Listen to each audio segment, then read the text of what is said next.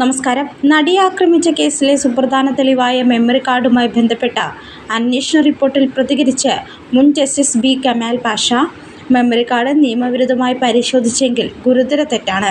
കൃത്യമായ അന്വേഷണം നടത്തി നടപടിയെടുക്കണമെന്നും മുൻ ജസ്റ്റിസ് കമാൽ പാഷ പറഞ്ഞു. നിയമവിരുദ്ധമായി കസ്റ്റഡിയിൽ വയ്ക്കാൻ ആർക്കും അധികാരമില്ല. അങ്ങനെ ചെയ്തെങ്കിൽ അത് തെറ്റ്. മൊബൈൽ കളഞ്ഞുപോയെന്ന് പറയുന്നതെല്ലാം പച്ചക്കള്ളമാകാം. ഹൈക്കോടതിയുടെ മേൽനോട്ടത്തിൽ അന്വേഷണം നടത്തണമെന്നും ജസ്റ്റിസ് കമാൽ പാഷ ആവശ്യപ്പെട്ടു. പീഡന ദൃശ്യങ്ങളിറങ്ങിയ മെമ്മറി കാർഡും പെൻഡ്രൈവും 1 വർഷത്തിലേറെ നിയമവിരുദ്ധമായി കസ്റ്റഡിയിൽ വെച്ചെന്ന് റിപ്പോർട്ടിൽ പറയുന്നു.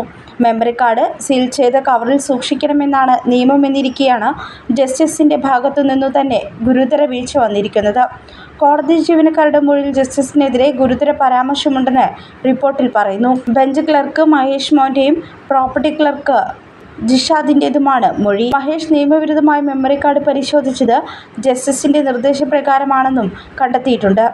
സ്വന്തം മൊബൈൽ ഫോണിലാണ് മഹേഷ് മെമ്മറി കാർഡ് നിയമവിരുദ്ധമായി ഉപയോഗിച്ചത്. 2018 നവംബർ 13 രാത്രി 10:58 വീട്ടിൽ വെച്ചാണ് മഹേഷ് മെമ്മറി കാർഡ് ഉപയോഗിച്ചത്. മെമ്മറി കാർഡ് പരിശോധിച്ച മൈക്രോമാക്സ് ഫോൺ നഷ്ടമായെന്ന് മഹേഷ് മൊഴി നൽകിയിട്ടുണ്ട്.